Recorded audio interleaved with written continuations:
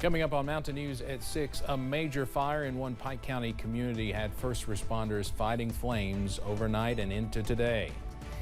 And new developments in a Southern Kentucky cold case more than 4 decades old.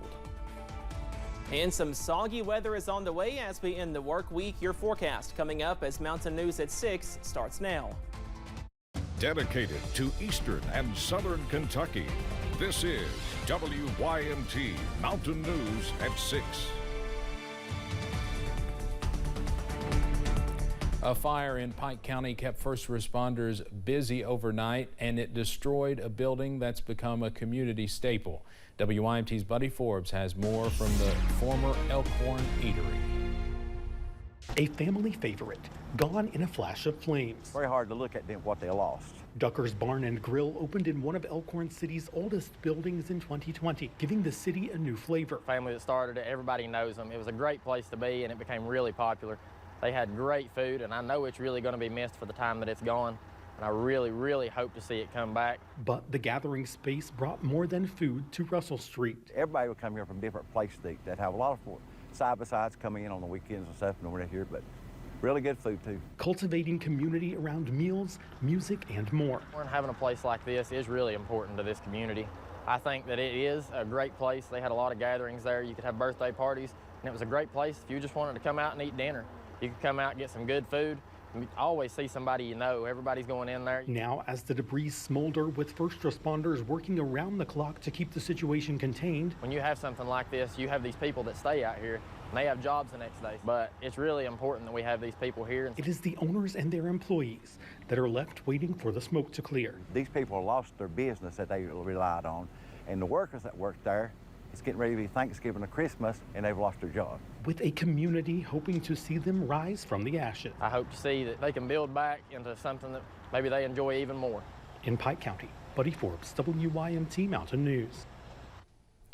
The cause of that fire is still unknown. The building was also known for the mural painted on its side by Elkhorn City native Jordan Justice, a mural that was finished exactly 3 years ago yesterday. A Laurel County man is behind bars after police say he assaulted a woman. The incident happened last night off Clark Road, about 8 miles west of London. Deputies were dispatched to the scene of a possible domestic violence complaint. When they arrived, deputies with the sheriff's office discovered 30-year-old Jonathan Dwayne Canada had grabbed a woman by the neck and squeezed it. The Knox County Sheriff's Office has arrested 2 men following a major drug bust. A large quantity of suspected crystal meth was seized in the Corbin area of Knox County. Yesterday, sheriff's deputies collaborated with members of the Laurel County Drug Interdiction Task Force to bring 50-year-old Jesse George and 44-year-old Tony Eisen into custody. A North Carolina man is set to spend time in prison following his role in a drug trafficking case in Southwest Virginia. Tuesday, a jury in Lee County Circuit Court sentenced Oral Douglas Engel of Greenville to 15 years at the Virginia Penitentiary. The case stems from an arrest earlier this year by the Lee County Sheriff's Office, where Engel was accused of transporting more than 100 grams of meth and multiple guns into the county to sell. Also in Virginia, a Wise County man has been sentenced to nearly 16 years in prison for his role in an aggravated sexual battery case. Tuesday, David Arnold was sentenced to 15 years and 11 months in prison. Arnold was previously convicted of the charge back in August. Bell County High School administrators had grief counselors at the school to help students impacted by that deadly crash that killed one student. WYMT's Chandler Wilcox talked to the medical director of outpatient behavioral health services at Baptist Health Corbin about helping yourself and others through grief. Police say one student is dead and another is in critical condition following a deadly crash on U.S. Highway 25. Student Kaylee Inman died as a result of the crash. Administrators are honoring her with a memorial and offering grief counselors to students impacted. Jonathan Martin with Baptist Health Corbin says communication is key through grief.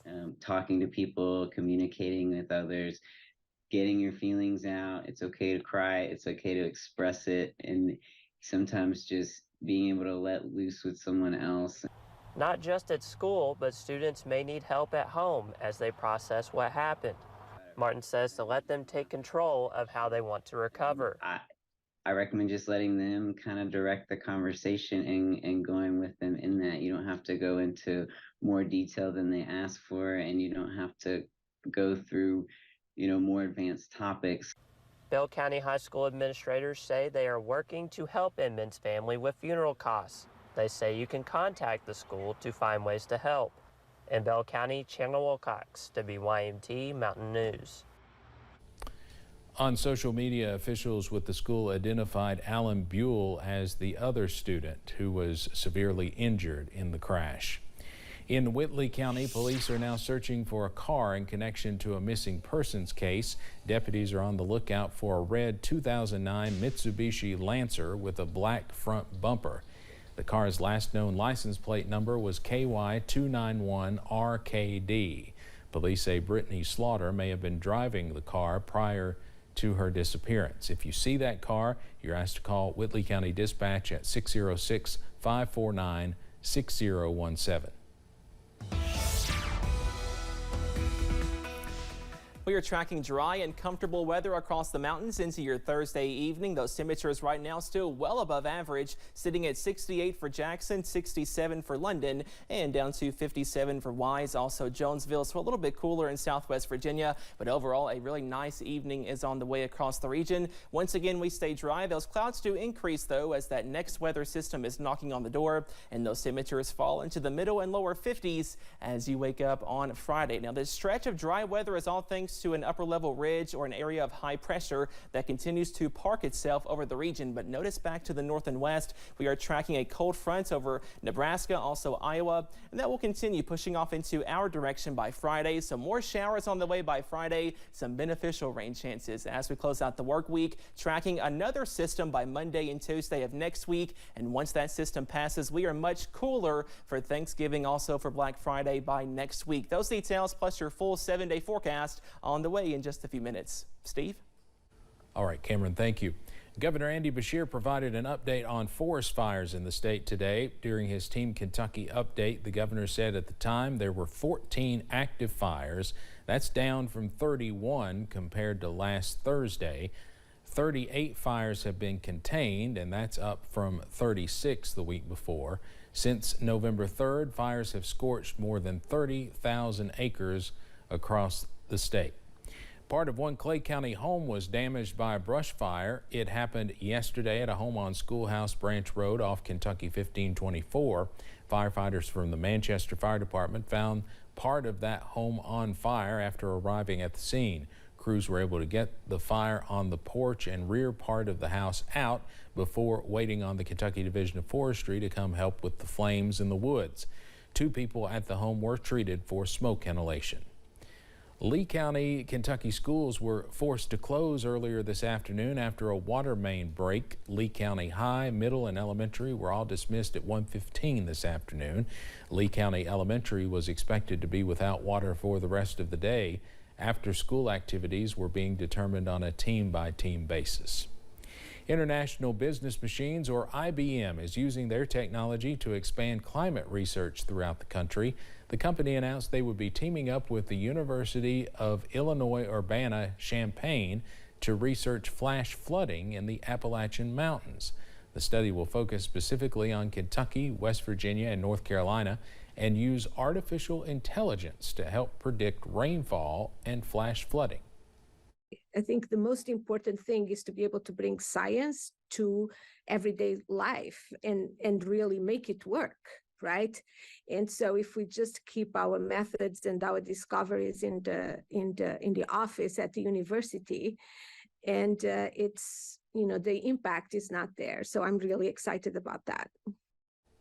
Officials with IBM say that if you're interested in being part of this study, you can head to ibm.com/impact. We'll have more about this study's regional impact tonight at 11. The governor's office has announced contracts for 2 major road projects here in the mountains. One is for the construction of an access road to the Skyview High Ground site in Perry County, where new homes are expected to be built for flood victims. The other is for completion of the final section of the reconstruction of U.S. Highway 460 in Pike County. Mountain Enterprises, Inc. was awarded a contract to complete that project. We will have more about this on our website. Kentucky State Police announced earlier today they have identified the victim linked to a cold case that has gone unsolved for nearly 45 years. Alyssa Williams spoke with police to find out more. After more than 4 decades, police have identified remains from a cold case based out of Laurel County. Scotty Pennington with Kentucky State Police Post 11 says the victim was identified as 25-year-old Michael Murray of Atlanta, Georgia. Murray's remains were found on Coon Club Road in Laurel County in 1979, and evidence from the scene has been with Post 11 since then. Supervisors and detectives, they get together and they kind of put their heads together. Have we had any new information? Have we had any more leads? Or is there a piece of evidence that's setting in evidence that maybe we can send off? Is there some new technology out there? In this case, there was. Post 11 partnered with the FBI to use the National Missing Person and Identification System to identify Murray. It's awesome that you can send DNA and fingerprints and maybe hair samples to help solve cases that you couldn't solve in 1979. Pennington says although Murray's death was confirmed to be a murder, he says this situation can still give his family a sense of closure. It's an awesome day for law enforcement and the Kentucky State Police and the London Post. And, it's a little bit of closure for the family who thought their son was a victim of a crime and would never be solved. Pennington says police are still investigating details surrounding Murray's death. If anyone has information regarding this case, they are asked to contact KSP Post 11 to speak with Detective James Royal. Alyssa Williams, WKYT. Pennington adds he hopes this case can provide hope to families who are still searching for their loved ones. Well, we are dry and mild into this evening, but some big changes are on the way. Those details coming up. Plus, food pantries across the region are busy this holiday season, as some say they are seeing an increase in folks needing assistance.